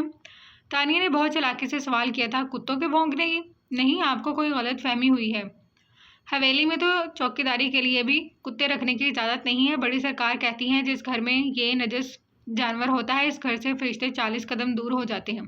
ماں ٹھہری صدا کی معصوم۔ تانیہ کی چلاکی سمجھے بغیر ہی اس کی معلومات میں اضافہ کرتی اسے پتے کی بات بتا گئی۔ اوہ یہ تو بالکل صحیح کہتی ہیں تمہاری بڑی سرکار، چلو کچھ تو معلوم ہے انہیں، اور مجھے شاید نیند میں غلط فہمی ہو گئی ہو۔ تانیہ معاملہ فہمی سے کام لیتی اپنی ہی بات کی نفی کر گئی، جبکہ ماں نے محض مسکرانے پر اتفاق کیا۔ چلو تم بیٹھو، میں ذرا کچن سے پانی کا جگ بھر کر لاتی ہوں۔ تانیہ نے سائڈ ٹیبل سے پانی کے جگ کے ساتھ رکھی پڑیا اٹھا کر کہا۔ ارے آپ کیوں؟ آپ بیٹھے، میں بھر لاتی ہوں۔ ماں نے کھڑے ہو کر اس کے ہاتھ سے جگ لینا چاہا۔ نہیں نہیں تم بیٹھو، میں لے کر آتی ہوں۔ تانیہ نے اس کی زبردستی نظر انداز کر اپنے قدم باہر بڑھائے۔ ماں لب کاٹتی اسے جاتا دیکھ سر جھٹک گئی۔ صبح کے بعد کم از کم مما سائنس اب انہیں مخاطب نہیں کریں گی، یہ سوچ آتے ہی ماں مطمئن سی واپس بیٹھ گئی۔ ڈائننگ ٹیبل پر شعیب ملک اور فاریہ کے ساتھ آج نور کا بھی اضافہ ہو چکا تھا۔ رات کا کھانا اس وقت کافی خاموشی سے کھایا جا رہا تھا۔ نور نے چاولوں کی پلیٹ میں چمچہ گھماتے ایک نظر اٹھا کر خاموشی سے کھانا کھاتے شعیب اور فاریہ کو دیکھا اور پھر نظر جھکا گئی۔ کیا ہوا بیٹا، کچھ چاہیے؟ فاریہ اس کا جھجکنا نوٹ کر چکی تھی۔ نہیں شکریہ، میں خود لے لوں گی۔ نور نے سہولت سے مسکرا کر انکار کیا۔ بیٹا گھبراؤ نہیں، تمہارا اپنا گھر ہے، بے جھجک ہو کر کھاؤ۔ شعیب صاحب نے مسکرا کر اس کی حوصلہ افزائی کی۔ نور نے ذرا چونک کر گھر کے آرامدہ کپڑوں میں ملبوس شعیب صاحب کی جانب دیکھا جو آج پہلی بار اسے مخاطب ہوئے تھے۔ ان کے نرم لہجے پر نور مسرور سے مسکرائی تھی۔ نور کو ان کے اتنے نرم لہجے کی توقع ہرگز نہیں تھی۔ اس روز ارمان کو ڈانٹتے سخت گیر شعیب صاحب اس وقت بالکل الگ ہی روپ میں موجود تھے۔ السلام علیکم۔ ڈائننگ ٹیبل کے قریب آتے ارمان نے بلند آواز میں سلام کیا تھا۔ وعلیکم السلام، کہاں سے آ رہے ہو؟ فاریہ نے جواب دیتے استفسار کیا، جبکہ شعیب صاحب اپنی ناراضگی برقرار رکھے دل میں جواب دیتے اپنی پلیٹ پر ہی جھکے رہے۔ دوستوں کے ساتھ تھا۔ ارمان کی گھورتی نظریں سامنے بیٹھی نور پر ہی تھی جو سر جھکائے خود کو کھانا کھانے میں مصروف سا دکھا رہی تھی، جبکہ وہ اس کے ہاتھوں کی لرزش صاف محسوس کر سکتا تھا۔ دوستوں کا ساتھ چھوڑو اور اب ذرا گھر پر بھی دھیان دو۔ فاریہ نے اس کو نور کو گھورنے پر آنکھیں دکھائی تھی جسے وہ بے نیازی سے نظر انداز کر گیا تھا۔ میں اسٹڈی میں ہوں، کافی لے کر وہیں آ جائیے گا۔ کھانے کی میز سے اٹھتے شعیب صاحب انہیں ہدایت کرتے وہاں سے نکلتے چلے گئے۔ ارمان ان کی ناراضگی بہت اچھے سے سمجھ رہا تھا، لیکن فی الحال وہ بھی صرف سامنے خود کو مگن ظاہر کرتے ہی نور کو گھور رہا تھا جو بڑے استحقاق سے ان کے فرد کی جگہ لینے کی کوشش کر رہی تھی۔ ناراض ہے تم سے، معافی مانگ لو۔ فاریہ نے اس کی بے نیازی دیکھ جتا کر یاد کروایا۔ جانتا ہوں کیوں ناراض ہے، مانگ لوں گا معافی بھی۔ نور کو دیکھ نہ جانے اسے کس بات پر اتنا غصہ آ رہا تھا۔ خیر آؤ بیٹا بیٹھو، کھانا کھاؤ، تم بھی ہمارے ساتھ۔ فاریہ نے دونوں جانب سے ناراضگی محسوس کر مزید کچھ بھی کہے بنا ارمان کو رات کے کھانے کی پیشکش کی۔ میں باہر سے کھا کر آیا ہوں، آپ کریں دشمنوں کی خاطرداریاں، انواع و اقسام کے کھانے کھلائیں دشمنوں کی اولاد کو، وہاں آپ کی بیٹی کو صحیح سے 2 وقت کی روٹی بھی میسر نہیں ہے۔ ارمان نور پر ایک غصے بھری نگاہ ڈالتا نفرت آمیز لہجے میں بولتا واک آؤٹ کر گیا۔ فاریہ تو اس کے لفظوں پر ہکا بکا سے اس کی پشت تکتی رہ گئی، جبکہ کھانا کھاتی نور کو ایسا لگا تھا جیسے کسی نے سرے بازار تھپڑ مار دیا ہو۔ حلق سے نوالا اتارنا مشکل ہو گیا تھا۔ فاریہ بیگم نے حیران پریشان نظروں سے اس کی جانب دیکھا۔ نور ان کی نظروں سے خائف سی آنکھیں چراتی شرمندگی سے نظریں جھکا گئی۔ ارمان کیا کہہ رہا تھا؟ تانیہ کو کھانا؟ فاریہ کو اپنے گھر والوں سے اس قسم کی سنگ دلی کی امید نہیں تھی۔ وہ دادی سرکار، نور سے شرمندگی کے مارے کچھ بولا ہی نہیں گیا۔ اپنے کمرے میں جاؤ۔ فاریہ چاہ کر بھی اسے سخت لہجے میں بات نہیں کر سکی تھی، یا یوں کہنا زیادہ بہتر رہے گا کہ وہ بے یقین تھی۔ ان کا حکم ملتے ہی نور وہاں سے ایسے غائب ہوئی جیسے گدھے کے سر سے سینگ۔ وہ تو پہلے ہی وہاں سے بھاگنے کے لیے پڑ توڑ رہی تھی، جبکہ فاریہ بیگم اپنا سر پکڑ کر بیٹھ گئی تھی۔ وہ جانتی تھی کہ وہاں تانیہ کے ساتھ کچھ اچھا سلوک نہیں ہوتا، لیکن اس حد تک بے رخی، جبکہ وہ لوگ جانتے تھے کہ وہ لڑکی کوئی غیر نہیں، ان کی بیٹی کی اولاد ہے۔ سورج کی جاتی کنوں نے بھی رخصت لی تو سیاہی مائی رات نے پورے گاؤں کو اپنی لپیٹ میں لے لیا۔ حویلی میں مکین تمام افراد رات کے کھانے سے فارغ ہو کر اپنے کمروں میں آرام کی غرض سے چلے گئے تھے۔ حویلی والے اپنی عادت کے مطابق مغرب کے بعد رات کا کھانا کھا کر عشاء پڑھ کر فوری سونے کے عادی تھے۔ ماہنور اور نور العین جب پڑھائی کی غرض سے شہر میں رہی تھیں، ان کی رات جلدی سونے کی عادت ختم ہو گئی تھی۔ وہ رات دیر تک کمرے میں جاگتی رہتی تھی۔ یہ عادت حویلی آنے کے بعد یوں ہی برقرار رہی۔ یہی حال تانیہ کے ساتھ تھا، دونوں رات دیر تک جاگتی تھی۔ آج ماہ کو جلدی سلانے کی غرض سے تانیہ اس کے دودھ میں نیند کی گولیاں ملا کر دے چکی تھی۔ اس وقت سبھی لوگ اپنے اپنے کمروں میں موجود خواب و خرگوش کے مزے لوٹنے میں مصروف تھے۔ رات کے 11 بج رہے تھے۔ تاریکی میں ڈوبی حویلی میں سناٹا پڑا ہوا تھا۔ حویلی میں چھائے نیم اندھیرے سے نظریں چراتی تانیہ آہستہ سے قدم اٹھاتی بڑی سرکار کے کمرے میں داخل ہوئی جو خلاف توقع جاگ رہی تھی۔ زمانی، اچھا ہوا تو آ گئی، مجھے ذرا پانی کے ساتھ کوئی سر درد کی گولی ہی دے دے، سر درد سے پھٹا جا رہا ہے۔ کمرے میں اندھیرا ہونے کے باعث بڑی سرکار تانیہ کو دیکھ نہ سکی۔ اپنی روح میں بولتی وہ مسلسل اپنا سر دبا رہی تھی۔ وہ زمانی مر گئی ہے کیا؟ وہ زمانی کا گماں کرتی ہنوز خاموشی محسوس کر تڑاک کر بولی، زمانی نہیں، میں ہوں تانیہ۔ تانیہ نے بورڈ پر ہاتھ مار کر کمرے میں لائٹ جلائی جس سے پورے کمرے میں روشنی پھیل گئی، پھر قدم بڑھاتی ان کی مسحری کی جانب آئی۔ تم لڑکی، تم یہاں کیا کر رہی ہو؟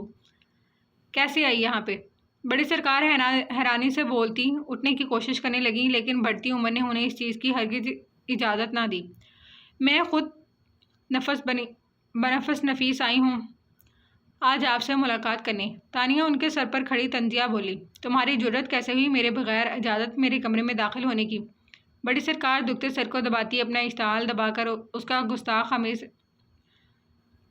انداز نظر انداز کر بولی، میں نے بالکل ویسے ہی یہاں آنے کی جرأت کی جس طرح کل آپ کی بڑی بہو کی ہوئی تھی، آپ سے بدتمیزی کرنے کی۔ تانیہ کا لہجہ مذاق اڑاتا تھا۔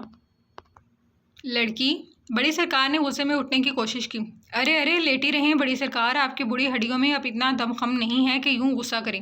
انہیں اٹھنے کی کوشش میں دیکھ تانیہ نے ناگواری سے بھرپور طنز کیا تھا، جبکہ وہ اس کی بات نظر انداز کر پوری ہمت جٹاتی اب اٹھ کر بیٹھ گئی تھی۔ اٹھ کر بیٹھنے سے سانس پھول گیا تھا، کچھ دیر یوں ہی پاؤں لٹکا کر بیٹھی اپنی پھولی سانسوں کی روانی درست کرتی رہی۔ کیا کرنے آئی ہو یہاں؟ انہوں نے نظر اٹھا کر اسے گھورا جو بہت آرام سے ان کے سر پر آ کر کھڑی ہوئی تھی۔ آپ کو جان سے مانے، آپ جیسی ظالم عورت اس دنیا سے رخصت ہوگی جبھی تو میں یہاں سے آزادی مل سکے گی۔ تانیہ قریب رکھا موڑا کھینچ کر اطمینان سے بیٹھ گئی۔ اپنی حد میں رہو لڑکی، رات ہونے کا ناجائز فائدہ مت اٹھاؤ، ایک لمحہ لگے گا تمہاری سانسیں روکنے میں۔ بڑی سرکار اسے اتنے دھڑلے سے اپنے سامنے بیٹھتے دیکھ غصے سے پھنکار دی فطری غرور زدہ لہجے میں بولی، آپ نوچے گی میری سانسیں؟ آپ جیسے بے بس عورت جو سہاروں کے بنا خود سے کچھ بھی کرنے سے قاصر ہے؟ تانیہ نے سر پھینک کر ہلکا سا کہکا لگایا، خاموش ہو جاؤ گستاخ لڑکی، بہت ڈھیل فراہم کر دی تمہیں، بہت نرمی ہو گئی، اب بس ذرا صبح کا اجالا ہونے دو، تمہارا تو میں مستقل بندوبست کرتی ہوں۔ اپنی تذلیل اور اس کا ہنسنا انہیں انگاروں پر لوٹا گیا تھا۔ صبح تک آپ زندہ ہوں گی جبھی تو میرا بندوبست کر سکیں گی بڑی سرکار۔ تانیہ نے ہنسی روک کر سرد لہجے میں کہا، تمہیں کیا لگتا ہے مجھے مار کر یہاں سے تم زندہ بھاگ جاؤ گی؟ بڑی سرکار اپنے تعین اس کے ارادوں کا اندازہ لگاتی لطف اٹھاتی مسکرائی تھی۔ تانیہ نے ان کی خوش فہمی پر بے ساختہ کہکا لگایا، جانتی ہوں، میرے لیے آپ نے خاص طور پر شکاری کتے صدر دروازے پر تعینات کروا دیے ہیں تاکہ اگر میں بھاگنے کی کوشش بھی کروں تو وہ مجھے چیر پھاڑ کر رکھ دے، کیوں یہی بات ہے نا؟ تانیہ کے مسکراتے لہجے میں کہی بات سن وہ چونک اٹھی تھی۔ اس بات کا علم شمشیر اور ان کے علاوہ کسی کو نہیں تھا۔ وہ تو اپنے گھر سے اس نجس جانور کو کوسوں دور رکھتی، لیکن شمشیر کی ضد تھی کہ ابھی ارمان حویلی میں گھس آیا ہے، کل کو کوئی اور بھی حویلی میں داخل ہونے کی کوشش کر سکتا ہے۔ حالات کا تقاضا تھا کہ حویلی کی نگرانی کے لیے اس جانور کی اشد ضرورت تھی۔ گارڈز کا کوئی بھروسہ نہیں تھا، وہ دوبارہ بھی غفلت برت سکتے تھے۔ کیا ہوا، چونک گئی؟ آپ بھول رہی ہیں بڑی سرکار، میں 3 ماہ سے آپ کی حویلی میں قیام پذیر ہوں، ابھی اتنا پتہ رکھنا بنتا ہے نا؟ تانیہ انہیں چونکتا دیکھ بے تاثر لہجے میں بولتی انہیں لاجواب کر گئی، ویسے بھی اس بار رات کی تاریکی میں نہیں، دن کے اجالے میں آپ کی نظروں کے سامنے سے جانے کا ارادہ رکھتی ہوں۔ تانیہ نے ہاتھ میں پکڑی کاغذ کی پڑیا کو گھمایا، وہ تو اس کی ہمت پر آشش کر اٹھی تھی۔ آج تو انہیں اس میں وہی تانیہ نظر آئی تھی جس سے ان کی پہلی ملاقات ہوئی تھی، ہٹ دھرم اور منہ پھٹ، جو اتنی دلیری سے رات کے وقت ان کی حویلی میں ہی بیٹھ کر انہیں دھمکا رہی تھی۔ یہ تو طے ہے میں یہاں سے جاؤں گی، ضرور جاؤں گی، اور آپ کے سامنے جاؤں گی، آپ میرا کچھ نہیں بگاڑ سکتی۔ پہلے میری ماں صرف میری خاطر آپ کے سامنے بے بس ہو کر جھک گئی تھی، لیکن میں بے بس ہو کر گل نہیں بنوں گی، اب آر یا پار۔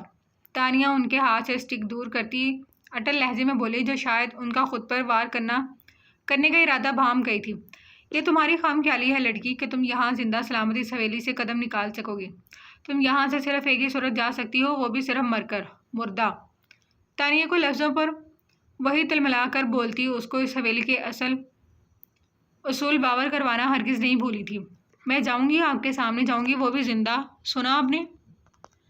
تانیہ آج ہارنا نہیں چاہتی تھی، اس لیے وحشت زدہ لہجے میں چیخ کر بولی، تم پاگل ہو گئی ہو لڑکی، میں تمہیں جان سے مار دوں گی اگر اب تم نے اپنی زبان کھولی تو۔ بڑی سرکار کہاں اتنی جلدی ہار ماننے والوں میں سے تھی، وہ اس سے زیادہ تیز ہذیانی لہجے میں بولی، موت کا کوئی غم نہیں، لیکن اب میرے مرنے سے پہلے صرف ایک خواہش ہے، اور وہ ہے آپ کو آپ کی فضول سی رسموں سمیت منہ کے بل گرتا دیکھنا، آپ کا یہ غرور توڑنا میری اولین خواہش بن گئی ہے۔ تانیہ جگ سے ایک گلاس میں پانی ڈال کر ان کے مزید نزدیک آتی جنونی انداز میں پھنکاری، جو غضبناک تیوروں سے لب بھینچے بہت ضبط سے اس کی گور افشائیاں برداشت کر رہی تھی۔ پتہ ہے میرے ہاتھ میں کیا ہے؟ آپ کو کیسے پتہ ہوگا؟ چلیں میں بتاتی ہوں، آپ کی موت کا پروانہ اور میری جیت۔ تانیہ نے پیپر پر رکھے سفید پاؤڈر کی جانب اشارہ کرتے فاتحانہ نظروں سے دیکھ مسکراتے لہجے میں کہا، جبکہ بڑی سرکار اس کا پاگل پن نظر انداز کر اپنی درد سے دکھتی کنپٹیوں سے خود کو تھامتی ذرا پیچھے کو ہوئیں۔ دماغ خراب ہو گیا ہے تمہارا لڑکی، کیا صبح پاگل خانے جانے کا ارادہ رکھ دی ہو؟ دفع ہو جاؤ میرے کمرے میں سے۔ رات کے اس پہر اس کا پاگل پن دیکھ وہ سلگ کر رہ گئی تھی، جو جان بوجھ کر انہیں تیش دلا رہی تھی، جبکہ سر درد سے پھٹنے کے در پر تھا۔ آپ کی صبح ہوگی جبھی تو آپ کچھ کر سکیں گی بڑی سرکار۔ تانیہ نے چیلنجنگ انداز میں کہتے عجیب طرح سے کہکا لگایا تھا، اس قید میں رہ کر تمہارا دماغی توازن ہل گیا ہے، تمہارا علاج کروانا پڑے گا، نکلو میرے کمرے سے، دفع ہو جاؤ۔ غصہ، اشتعال، سر درد، اس کا پاگل پن، جنونی انداز، رات کی تاریکی انہیں حواس باختہ کر گیا تھا۔ مت تھکائیں خود کو بڑی سرکار، آپ کی چیخو پکار سن کر کوئی نہیں آئے گا، آپ کو بچانے کے لیے۔ یہاں سب یہی چاہتے ہیں کہ آپ ان کی زندگیوں سے دور ہو جائیں۔ تانیہ نے تلخی سے بولتے انہیں حقیقت کا آئینہ دکھایا تھا۔ تم مجھے پاگل سمجھتی ہو لڑکی؟ یہ میری اولادیں ہیں، میرے حکم کے تابع۔ میری اجازت کے بغیر یہ اس حویلی میں پتہ بھی نہیں ہلا سکتے۔ ان کے لہجے کا غرور اب بھی برقرار تھا۔ بڑی سرکار کا تنتنا اور وہ اتنی آسانی سے ڈگمگا جائیں، ناممکن سی بات تھی۔ اچھا، یہ آپ کے حکم کے غلام ہیں، چلیں پھر اپنے آخری وقت میں اپنے پیاروں کو بلا لیں۔ تانیہ نے مذاق میں بھرے لہجے میں بول کر وہی پاؤڈر ایک گلاس میں حل کرتے عجیب لہجے میں کہا۔ اب بڑی سرکار کو اس کی حرکتوں سے وحشت سی ہونے لگی تھی جو انہیں ذہنی اذیت سے دوچار کر رہی تھی۔ یہ پانی ہم سب کی دلی خواہش پوری کر دے گا، چلیں شاباش جلدی سے پی لیں۔ تانیہ نے بہت نرمی سے پانی کا گلاس زبردستی ان کے لبوں سے لگایا تھا۔ بڑی سرکار موت کے خوف سے وہ اس کا ہاتھ جھٹک گئیں، جبکہ اس گلاس میں محض پاؤڈر کے سوا کچھ نہ تھا۔ تانیہ تو صرف ان کے دماغ سے کھیلنا چاہتی تھی۔ ان کے چہرے پر خوف بھرے تاثر دیکھ وہ اپنے ارادوں میں کامیاب رہی تھی۔ میں صبح ہی آریان کو بلاتی ہوں، تمہیں لگام میں ڈالنا بہت ضروری ہے۔ ذرا وہ بھی تو دیکھے آ کر تمہاری دلیریاں، جو تمہیں مظلوم سمجھ کر مجھ سے زبان درازی کر کے گیا تھا، تم اس کی دادی کو جان سے مارنے کی کوشش کر رہی ہو۔ بڑی سرکار نے ہاتھ مار کر پانی کا گلاس زمین پر پھینک کر اسے باز رہنے کو کہا۔ اوہ، بڑی سرکار تو اتنے میں ہی ڈر گئی۔ کل تک جو اپنا نام لے کر دنیا کو دھمکاتی تھی، آج وہ مجھے اپنے پوتے کی دھمکی دے رہی ہیں۔ تانیہ اپنے ارادوں میں کامیاب ہوتی بلند باغ کہکا لگا رہی تھی جس کی جلترنگ پورے کمرے میں گونجی تھی۔ بڑی سرکار حواس باختہ ہو گئی۔ انہوں نے شدت سے جلدی صبح ہونے کی دعا کی تھی۔ اس لڑکی کا دماغی توازن سچ میں ہل گیا تھا۔ آج تو کس بات کا اثر ہی نہیں ہو رہا تھا اس پر۔ کیا ہوا؟ خود ذرا سی دیر بھی یہ ذہنی اذیت برداشت نہیں کر سکی بڑی سرکار، جبکہ دوسروں کو تو آپ پل پل اپنے فیصلوں سے اذیت دیتی ہیں۔ تانیہ کے چہرے پر ایک دم کرب کا ابھرتا تاثر لہرایا تھا، جبکہ وہ اسے پل پل بدلتا دیکھ دنگ رہ گئی تھی۔ انہیں پہلے دن سے اس لڑکی میں ایک باغی لڑکی نظر آتی تھی اور آج انہیں اپنے سارے خدشات درست ہوتے نظر آ رہے تھے۔ فکر نہیں کریں، آرام سے سو جائیں، میں آپ کو کچھ نہیں کرنے والی۔ میں تو چاہتی ہوں اب آپ کو پل پل یہ دکھ کچوکے لگائے کہ آپ سے آپ کی سلطنت چھننے والی ہے۔ آپ اپنے ہاتھوں سے اپنی گدی چھن جانے کی اذیت محسوس کریں۔ اس بار اپنی روایات کی بھین چڑھانے کے لیے غلط انتخاب کر لیا بڑی سرکار۔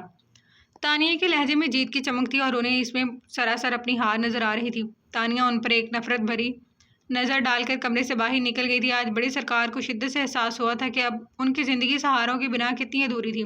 وہ لڑکی اتنا کچھ کہہ گئی تھی اور وہ بڑی سرکار جو غرور میں اتنی اونچی تھی کہ ناک پر مکھی بھی نہ بیٹھنے دے، ان کا غرور وہ چند سطروں میں پاش پاش کر گئی تھی۔ تانیہ نے سوچ لیا تھا ان سے انہی کے طریقے سے مقابلہ کیا جا سکتا تھا، ڈٹ کر کھڑے ہو جانے سے یا رونے دھونے سے کچھ نہیں ہونا تھا۔ وہ بھی تو ذرا اسی اذیت سے گزرے جس اذیت سے اس گاؤں کی ہر لڑکی گزرتی تھی۔ انہیں بھی تو پتہ چلے اپنے ہاتھ سے اختیارات جانے کے بعد کا غم کیسا ہوتا ہے۔ خود کو بے بس جاننا کتنا دکھ پہنچاتا ہے۔ رات کا اندھیرا رخصت ہوا تو ایک نیا دن نکل آیا، نئی امیدوں کی کرنیں بکھیرتا اپنے اندر ہزاروں راز۔ کسی کا زوال تو کسی کی جیت لے کر، کسی کی برسوں پرانی سزا کی قید تو کسی کے صبر کا پھل بن کر سورج پوری آب و تاب سے حویلی کی چھت پر روشنیاں ڈالتا ہر طرف اپنی کرنیں بکھیر چکا تھا۔ بڑی سرکار خاموشی سے اپنے جھولے پر ایک ہاتھ سے سٹک پکڑے تن کر اپنے اسی کروفر سے بیٹھی شمشیر ملک کا انتظار کر رہی تھی، جنہیں وہ صبح اٹھتے ہی سب سے پہلے حویلی پہنچنے کا حکم سنا چکی تھی۔ آج فیصلہ ہو کر رہنا تھا۔ زمانی صبح سے دوپہر ہونے کو آئی تھی، لیکن شمشیر کا اب تک کوئی اتا پتہ نہیں تھا۔ حویلی کے زیادہ تر لوگ اپنے کمروں میں ہی بند تھے۔ جی بڑی سرکار۔ زمانی تو ان کا یہ روپ دیکھ کر ہی کام گئی تھی، جن کے تیور کسی بڑے طوفان کا پیش خیمہ تھے۔ بلا کر لاؤ اس لڑکی کو، ساتھ دونوں بہوؤں کو بھی، بڑی سرکار نے سختگیر لہجے میں حکم سنایا۔ زمانی دوڑ کر تانیہ کے کمرے میں پہنچی تھی۔ تانیہ اپنی توقع کے عین مطابق زمانی کی زبانی بڑی سرکار کا بلاوا سن مسکرا کر اس کے ہم قدم ہوئی، جبکہ ماں گھبرا کر آریان کا نمبر ملاتی پریشان سی ادھر ادھر ٹہلتی کال پک کرنے کا انتظار کر رہی تھی، جبکہ دوسری جانب مسلسل کال ہو رہی تھی۔ ہیلو۔ ابھی دوسری جانب کال اٹھائی ہی گئی تھی کہ نیچے سے آتی آوازوں پر ہاتھ میں موبائل لیے نیچے بھاگی تھی۔ دوسری جانب کال ابھی بھی جاری تھی۔ آج ارمان کچھ کام کے سلسلے میں لنچ بریک میں سیدھا آریان کے آفس آ گیا تھا۔ آریان ابھی بھی کسی کام سے سیٹ چھوڑ کر گیا تھا۔ ارمان سے حال احوال کرتا، اسے بیٹھنے کا اشارہ کرتا آفس سے باہر نکل گیا۔ ارمان کو آفس بیٹھے بھی چند منٹ ہی گزرے تھے کہ ٹیبل پر رکھا آریان کا موبائل بجنا شروع ہو گیا۔ کسی کی بغیر اجازت اس کی کال سننا غیر اخلاقی حرکت ہے، پر مقابل بھی شدید کوئی ڈھیٹ تھا۔ ارمان مسلسل ہوتی بیل پر چڑھ کر اٹھا، موبائل پر جگمگ کرتا نور کا نام دیکھ چونک گیا۔ پہلا خیال ہی نور العین کا آیا تھا۔ آریان ماہ نور کو نور اور نور العین کو عین کہہ کر پکارتا تھا۔ لیکن نور کے پاس موبائل کہاں سے آیا؟ اسی سوچ کے ذہن میں کودتے ہی ارمان نے مزید کوئی لمحہ ضائع کیے بنا موبائل کان سے لگایا تھا۔ دوسری جانب ہیلو بولنے والی لڑکی جانے کیوں خاموش ہو گئی تھی، جبکہ وہ ہیلو ہیلو ہی کرتا رہ گیا تھا۔ چند پلوں میں ہی دوسری جانب سے کان میں پڑنے والے الفاظ سن کر ارمان کا خون کھول اٹھا تھا۔ اسی وقت آریان اپنی دھن میں ارمان سے کسی بات کی بابت استفسار کرتا آفس میں داخل ہوا۔ نظر اٹھائی تو ارمان کو اپنی کرسی کے پاس غصے سے سرخ ہوتا دیکھ ٹھٹک کر رہ گیا، جو اسی کا موبائل کان سے لگائے کھڑا تھا۔ بی بی آ گئی بڑی سرکار، زمانی نے پیچھے آتے تانیہ کی بابت اطلاع دیتے کہا، جس کے ہونٹوں پر علیحدہ مسکراہٹ تھی۔ جی بڑی سرکار، آپ نے یاد کیا مجھے؟ تانیہ نے مسکرا کر زہرخند لہجے میں دریافت کیا۔ بہت پر نکل آئے ہیں تمہارے لڑکی، آج تم سمیت تمہارے پروں کو بھی مسل ڈالوں گی۔ بڑی سرکار کا لہجہ وان کرتا ہوا تھا۔ رات کے بعد بھی اکڑ نہیں گئی آپ کی؟ تانیہ کے ناگوار لہجے پر زمانی کے سامنے انہیں سخت سبکی محسوس ہوئی تھی۔ زمانی تو بڑی بڑی آنکھوں کو مزید بڑا کیا سارا معاجرہ سمجھنے کی کوشش میں تھی۔ اپنی آنکھیں اور آواز دونوں نیچی کر لو، ورنہ اس بار انجام اچھا نہیں ہوگا تمہارا، سمجھی؟ بڑی سرکار کی تیز آواز پر سبھی بھاگم بھاگ حویلی کے بڑے سے ہال میں جمع ہو گئے تھے۔ کیوں، کیا ہوا بڑی سرکار، ڈر گئی کیا آپ؟ تانیہ نے ایک بار پھر رات والا حربہ آزمایا تھا۔ دوسری جانب ارمان خاموشی سے ساری بات چیت سن رہا تھا۔ ماہنور تو خود حیران پریشان سی تھی۔ دفع ہو جاؤ یہاں سے، جب تک میں نہ بلاؤں اپنی شکل مت دکھانا۔ میرا ضبط مت آزماؤ لڑکی، ورنہ اس بار ہمیشہ کے لیے تہہ خانے میں بند کروا دوں گی۔ بڑی سرکار کے طیش کے باعث سرخ پڑتے چہرے پر مزید کرختگی چھا گئی تھی، جبکہ تانیہ ان کی ساری دھمکیاں نظر انداز کرتی حویلی کے داخلی دروازے سے باہر کو بڑھی تھی۔ عائشہ اسے بھاگتا دیکھ حواس باختہ سے اس کے پیچھے بھاگی تھی، جو شاید یہاں سے بھاگنے کی کوشش میں تھی۔ بڑی سرکار نے بہت خاموشی سے اس کی یہ کارروائی دیکھی تھی۔ تانیہ غصے میں جنونی انداز میں سب کو نظر انداز کیے چلتی، سب کی آوازوں اور پکاروں کو انسنا کرتی پاک بی بی کے حصے کی جانب آئی تھی، جبکہ زمانی کی آنکھیں خوف سے پھیل گئی تھیں۔ عائشہ اور ماہنور چونک کر اپنی جگہ پر ٹھہر گئی تھی کہ یہ دہلیز پار کرنے کی اجازت تو انہیں بھی نہیں تھی۔ اسے دیکھ سب کی آنکھوں میں بے یقینی تھی، جو پاک بی بی کے رہائشی حصے میں قدم رکھ چکی تھی۔ ارمان، کیا ہوا؟ آریان نے قدم اس کی جانب بڑھاتے اس کا ضبط سے سرخ پڑتا چہرہ دیکھ کر سوال کیا۔ بہت برا ہوا ہے آریان، بہت برا۔ میں نے کہا تھا میں اس بار کوئی لحاظ نہیں کروں گا، لیکن تم نے مجھے یقین دلایا تھا کہ تم تانیہ کے ساتھ اب کوئی زیادتی نہیں ہونے دو گے، مگر ایسا کچھ نہیں ہوا۔ اس کے ساتھ پھر زیادتی ہو رہی ہے۔ ارمان دوسری جانب خاموشی محسوس کر فون رکھ کر زور سے دھاڑا تھا۔ ارمان، ہوا کیا ہے؟ آریان نے اس کا طیش نظر انداز کرتا تحمل سے پوچھا۔ تمہاری بڑی سرکار میری بہن کو جان سے مارنے کی دھمکی دے رہی ہیں، اور تم کہہ رہے ہو کیا ہوا ہے؟ آج اس کا ضبط جواب دے گیا تھا۔ وہ پوری شدت سے دھاڑا تھا۔ آریان کے ناسمجھی کے تاثرات ہنوز برقرار تھے۔ ارمان کی بکواس نظر انداز کر آریان نے ماہنور کو کال ملائی تھی۔ دوسری جانب سے جو خبر دی گئی تھی اس پہ یقین کرنا مشکل تھا۔ سن لیا تمہارے پیچھے میری بہن کے ساتھ تمہاری بڑی سرکار کیا سلوک کر رہی ہیں؟ ارمان نے غصے میں بہت ضبط سے چبا چبا کر کہا۔ تم غصہ نہیں کرو، میں ابھی حویلی کے لیے نکل رہا ہوں۔ ابھی جو خبر اسے دی گئی تھی، اگر وہ ارمان کو بتا دیتا تو اسے سچ میں کوئی انتہائی قدم اٹھانے میں دیر نہیں کرنی تھی۔ آریان نے اپنے تاثرات پر قابو پا کر اسے ٹھنڈا کرنا چاہا۔ نہیں، تم جاؤ، اب میں تمہاری بڑی سرکار سے انہی کے مطابق بات کروں گا۔ انہوں نے میری بہن کو بہت تکلیفیں دے لیں، اب تکلیفیں برداشت کرنے کی باری ان کی پوتی کی ہے۔ ارمان آریان کی ہر پکار نظر انداز کرتا تنفن کرتا آفس کی بلڈنگ عبور کر گیا۔ آریان بس سر پکڑنے کی دیر رہتی تھی، لیکن ابھی بیٹھنے کا وقت نہیں تھا۔ اگر آج وہ ذرا سی بھی دیر کر دیتا تو شاید اس دیری پر ساری عمر پچھتاتا۔ اتنا تو یقین تھا ارمان اتنا برا نہیں کہ وہ نور کو کوئی دکھ پہنچائے۔ اگر غصے میں کچھ کرتا بھی تو نور کو ارمان کے تاب سے بچانے کے لیے فاریہ اور شعیب ہی بہت تھے۔ ابھی صرف تانیہ کی فکر تھی۔ پریشانی کے عالم میں آریان بھاگتا دوڑتا آفس کی بلڈنگ عبور کرتا گاؤں کے راستے پر نکل پڑا تھا، اس بات سے انجان کہ زندگی کا ایک بہت بڑا امتحان اس کا منتظر ہے۔ تانیہ سیدھی پاک بی بی کے کمرے میں داخل ہوئی تھی، جو شاید اپنی زندگی کے آخری دن گنتی اپنا وقت گزار رہی تھی۔ آپ چلیں میرے ساتھ۔ تانیہ کو اپنے سامنے دیکھ وہ گھبرا کر کھڑی ہوئی تھی۔ تم جاؤ یہاں سے، خدا کا واسطہ ہے جاؤ یہاں سے، کیوں اپنے لیے مشکلات کھڑی کر رہی ہو؟ پاک بی بی دوپٹے میں اپنا چہرہ چھپاتی اس سے رخ پھیرتی گھبرا اٹھی تھی۔ ایسا کون سا گناہ کیا ہے آپ نے جو اس طرح منہ چھپاتی ہیں آپ؟ چلیں میرے ساتھ۔ تانیہ ان کا ہاتھ پکڑ کر گھسیٹ کر باہر لے جا رہی تھی، جبکہ وہ مسلسل مزاحمت کر رہی تھی۔ بھابھی ایسا نہیں کریں، چھوڑ دیں انہیں ورنہ قیامت آ جائے گی۔ سب سے پہلے ماں کو ہوش آیا تھا، دہلیز کے پار کھڑی وہ اس کی منتیں کر رہی تھی۔ چپ کر جاؤ، کچھ نہیں جانتی تم، آج میں دیکھتی ہوں کون سی قیامت آئے گی، آخر ظالم اور کب تک کتنا ظلم کریں گے۔ تانیہ غصے میں ماہنور پر چیخی تھی۔ ماہنور تو اتنے تیز لہجے پر ہی سہم کر رہ گئی تھی، جبکہ گل حواس باختہ سی مرنے کے در پر تھی۔ وہ مسلسل تانیہ کی منتیں کر رہی تھی، پر اس پر نہ جانے کون سا جنون سوار تھا۔ رک جاؤ، ایک قدم بھی آگے مت بڑھانا۔ سب آوازوں میں شمشیر ملک کی چنگھاڑتی ہوئی آواز گونجی تھی۔ ان کے ہاتھ میں موجود 2 نالی والی بندوق دیکھ سب کو سانپ سونگھ گیا تھا جو غضبناک تیوروں سے گھورتے تانیہ پر تانے کھڑے تھے۔ سب کا اوپر کا سانس اوپر اور نیچے کا نیچے رہ گیا۔ بڑی سرکار آہستہ سے چلتی اسی جانب آ رہی تھی۔ تانیہ ایک پل کو رکی، پھر ان کی پرواہ کیے بغیر دوبارہ آگے کو قدم بڑھائے تھے۔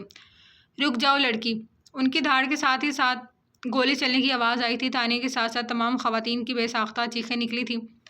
گل کے ہاتھ پر تانیہ کی گرفت کمزور پڑی تھی۔ گل ایک لمحے میں لہرا کر زمین بوس ہوئی تھی۔ بڑی سرکار سامنے کا ہولناک منظر دیکھ اپنا دل تھام کر رہ گئی تھی۔ اب صرف حویلی میں تانیہ اور ماہ کی بلندباغ چیخیں تھیں۔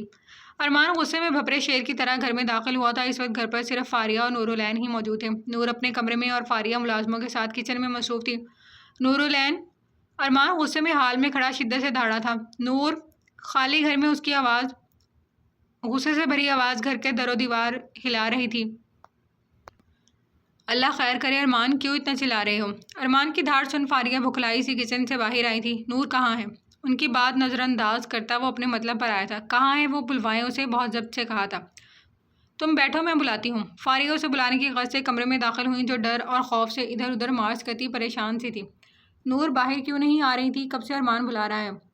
اس دن کے بعد سے فاریہ کا لہجہ نور کے ساتھ لیا دیا سا ہی تھا۔ وہ اتنے غصے میں ہے تو نور نے جھرجھری لے کر جملہ ادھورا چھوڑا۔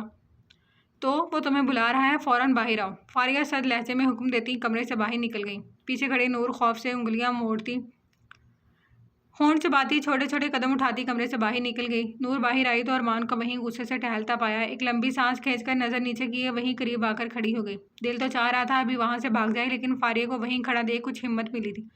سمجھتے کیا ہے تمہارے گھر والے خود کو؟ ان کا جو دل چاہے گا کریں گے اور تم یہاں آرام سے بیٹھ کر عیش کرو گی؟ ارمان اس کی شکل دیکھتے ہی اس پر چڑھ دوڑا تھا۔ نور گھبرا کر 2 قدم پیچھے ہوئی تھی۔ ارمان، یہ کیا طریقہ ہے بات کرنے کا؟ وہ اس کے انداز تخاطب پر برہم ہوئی۔ شکر کرے ماما میں صرف منہ سے بات کر رہا ہوں، ورنہ اس لڑکی کے گھر والے تو اتنے جاہل ہیں کہ تانیہ پر ہاتھ اٹھانے سے بھی گریز نہیں کرتے۔ ارمان نفرت سے چور لہجے میں یہ بھی بھول گیا کہ فاریہ بھی اس گھر کی بیٹی ہے، تو اس میں اس کا کیا قصور ہے جو تم اس بیچاری پر اتنا غصہ کر رہے ہو؟ ارمان کا رویہ انہیں ایک آنکھ نہ بھایا تھا۔ اس کا قصور یہ ہے کہ یہ اس گھر کی بیٹی ہے۔ خوف سے، خاموشی سے آنسو بہاتی نور پر ایک نظر ڈال لفظ چبا چبا کر بولا، بیٹو تو میں بھی اس گھر کی ہوں، تو اس کا مطلب تمہیں میرے ساتھ بھی یہی سلوک کرنا چاہیے۔ فاریہ نے اسے احساس دلانا چاہا کہ وہ غلط ہے۔ پلیز ماما، میں اس وقت کچھ فضول سننے کے موڈ میں نہیں ہوں۔ ناگواری سے ارمان کے ماتھے پر بل نمودار ہوئے۔ زیادہ مظلوم بننے کی ضرورت نہیں ہے، کوئی ظلم کے پہاڑ نہیں ٹوٹ گئے تم پر، سمجھی؟ بلکہ ہم نے تمہارے ساتھ وہ کیا ہی نہیں جو تانیہ کے ساتھ اس حویلی میں ہو رہا ہے۔ روتی دھوتی نور پر غصیلی نظر ڈال پھنکارا تھا۔ اتنی تذلیل پر نور کے آنسو میں مزید روانی آ گئی تھی۔ شاباش، یہ رونا بند کرو اور میرے ساتھ چلو۔ تمہیں ان کی شکل پر پھینک کر میں آج ہی تانیہ کو واپس لے کر آؤں گا۔ ارمان نے بازو سے پکڑ کر نور کو اپنی جانب گھسیٹا تھا۔ ارمان، یہ کیا بدتمیزی ہے، چھوڑو اس کا ہاتھ۔ نور کا ہاتھ اس کی گرفت سے آزاد کروایا۔ ماما بات سمجھنے کی کوشش کریں، یہ وہاں جائے گی جبھی تو تانیہ واپس آئے گی۔ ارمان اپنا سر پکڑ کر رہ گیا تھا۔ ہاں تو لے آؤ تم اپنی بہن کو، میں نے کب منع کیا ہے؟ نور تمہاری بیوی ہے، کوئی فالتو شے نہیں ہے جس کی پہلے تم نے اپنی بیوقوفی سے شادی ختم کروا دی اور پھر سب کی زور زبردستی پر نکاح کر لیا اور اب اپنے مفاد کی خاطر اس کا استعمال کرنا چاہ رہے ہو۔ فاریہ غصے میں تڑا کر پہلی بار اتنے تیز لہجے میں گویا ہوئی تھی۔ ارمان کا انداز انہیں حد سے زیادہ ناگوار گزرا تھا۔ یہ آپ کہہ رہی ہیں ماما، تانیہ آپ کی بیٹی ہے، آپ اس لڑکی کے لیے اس کو اسی جہنم میں چھوڑنا چاہ رہی ہیں؟ جانتی ہیں اس کے ساتھ وہاں کیا ہو رہا ہے؟ ارمان فاریہ کی ضد پر سر پکڑ کر چکرا کر رہ گیا تھا۔ نور کو تیش میں دیکھ ارمان انہیں سب بتاتا چلا گیا جو اس وقت وہاں کی صورتحال تھی۔ فاریہ دھک سے رہ گئی تھی۔ تانیہ ان کی بیٹی تھی، اس کا غم بھی انہیں برداشت نہیں تھا، لیکن وہ اب نور کے ساتھ بھی زیادتی نہیں ہونے دے سکتی تھی۔ آخر کب تک یہی سب چلنا تھا کہ دوسرے کی غلطی کی سزا اس حویلی کی بیٹیاں بھگتتی رہیں؟ جاؤ ارمان، اگر تم تانیہ کو خود اپنے بل بوتے پر بچا کر لا سکتی ہو تو لے آؤ، ورنہ نور یہاں سے ہرگز کہیں نہیں جائے گی۔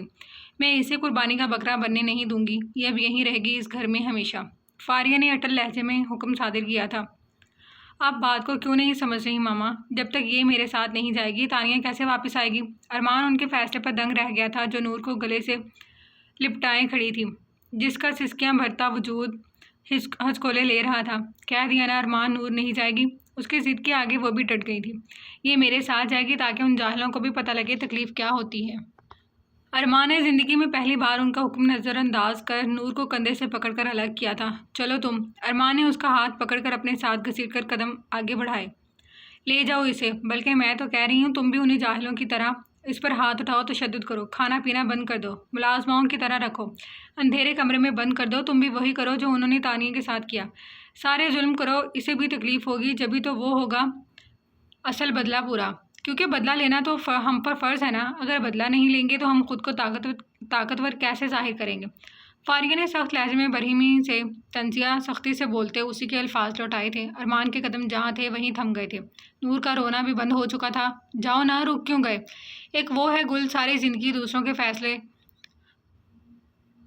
رسم و رواج اور ضدوں کی نظر کر دی، اب حویلی والے گل کے ساتھ کی گئی تمہاری دادا دادی کی زیادتیوں کا بدلہ تانیہ سے لے رہے ہیں۔ نفرت کی آگ میں اتنے اندھے ہو چکے ہیں وہ یہ بھی بھول گئے ہیں کہ تانیہ ان کی سگی ہے۔ تم بھی یہی کرو، تم اپنا بدلہ نور سے لو، اور پھر پتہ ہے کیا ہوگا؟ یہ ضد نما رسمیں یوں ہی نسل در نسل چلتی رہیں گی، غلطی کریں گے تم جیسے، اور ہر بار سزا بھگتنے کے لیے گل، تانیہ، نور، یہی سب چلتا رہے گا۔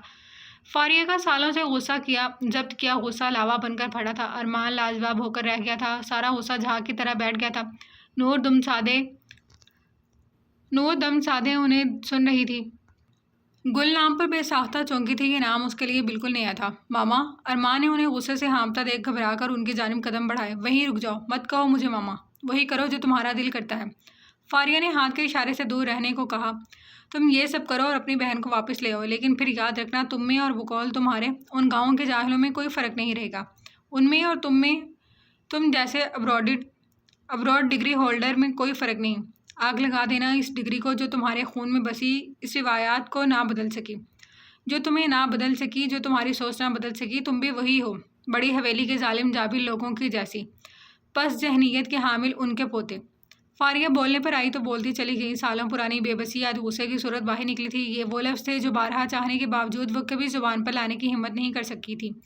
ماما پلیز ریلیکس ہو جائیں، میں کہیں نہیں جا رہا، کچھ نہیں کر رہا، اب غصہ نہیں کریں پلیز، میرا وعدہ ہے میں جلد تانیہ کو واپس لے کر آؤں گا۔ ارمان انہیں روحانسو دل برداشتہ ہوتا دیکھ تسلی دینے لگا۔ نور اپنا رونا بھول کر ڈرتی ڈرتی فاریہ کی جانب بڑھی تھی جو صوفے پر بیٹھی جانے گزرے وقت کا سود و زیاں کا حساب کرتی آنسو بہا رہی تھی، یا پھر یہ بیٹی کی تکلیف تھی جو انہیں نڈھال کیے دے رہی تھی۔ چلے جاؤ ارمان، اس وقت یہاں سے مجھے اکیلا چھوڑ دو، اور خبردار جو تم نے اب کچھ الٹا سیدھا کیا تو اگر اپنے بل پر کچھ نہیں کر سکتے تو خاموشی سے ایک طرف ہو جاؤ۔ تمہارے بابا خود آزاد کروا لیں گے تانیہ کو، اس کے لیے مزید پریشانیاں پیدا مت کرو، چلے جاؤ یہاں سے۔ فاریہ اپنے آنسو پونچھ کر کھڑی ہوتی اسے ایک آخری تنبیہ کرتی اپنے کمرے میں چلی گئی۔ نور خود کو اکیلا محسوس کر ارمان کی غصے سے سرخ پڑتی آنکھیں دیکھ خوف سے گھبرا کر بھاگنے کسی انداز میں فاریہ بیگم کے کمرے کی جانب بڑھی، جیسے وہ ابھی اس کو اپنے ساتھ لے جائے گا۔ پیچھے ارمان اپنے گھومتے سر کو تھام کر رہ گیا تھا، اتنا بے بس تو اس نے خود کو کبھی محسوس نہیں کیا تھا جتنی بے بسی کا احساس آج ہو رہا تھا۔ جاری ہے۔ تو جی ڈیئر ریڈرز اینڈ لسنرز، کیسی لگی آپ کو آج کی قصہ؟ امید ہے آپ نے اسے انجوائے کیا ہوگا۔ ملتے ہیں نئی قصہ کے ساتھ۔